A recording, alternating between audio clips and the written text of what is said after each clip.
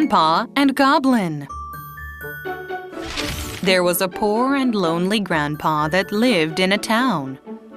He was poor, but he was satisfied with what he had.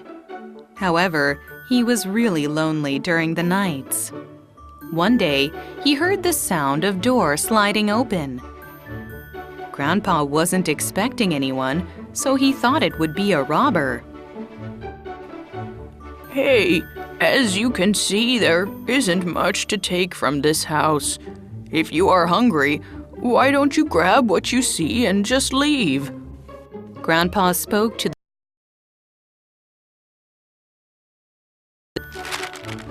It turned out to be a goblin and not a robber who entered his room. Grandpa was so surprised and he asked, Who are you? You don't appear to be a human. Grandpa, don't be afraid. I am just a goblin passing by. Why are you here? Just because, replied Goblin.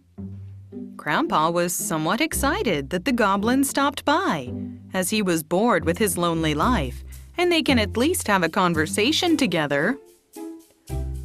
I was bored as well, so welcome. The goblin was also happy to be welcomed by Grandpa. The two soon became good friends. One day, Grandpa was getting his water by the brook and overheard the conversation the ladies were having from the other side. I heard there is a goblin running around the town. I heard that too. I also heard that whoever speaks to the goblin becomes one of them. All of a sudden, Grandpa thought that his reflection of the water looked like one. The same night, Goblin stopped by once again, and Grandpa couldn't help but to ask, Hey, Goblin, would you happen to be afraid of anything in this world? Of course, I am scared of the smell of sweet red bean soup. Goblin then asked the same question to Grandpa.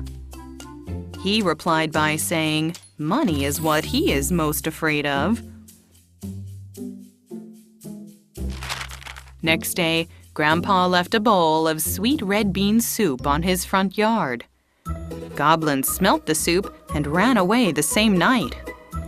Grandpa had mixed emotion with his departure because he felt safe, but also felt that he had lost his only friend. Next day, Goblin opened up Grandpa's room and poured money into the room. This is my payback! You know what you did last night! Goblin shut the door as hard as he could and left for good. Grandpa became really rich with the money. However, he missed his one and only friend who helped with his loneliness.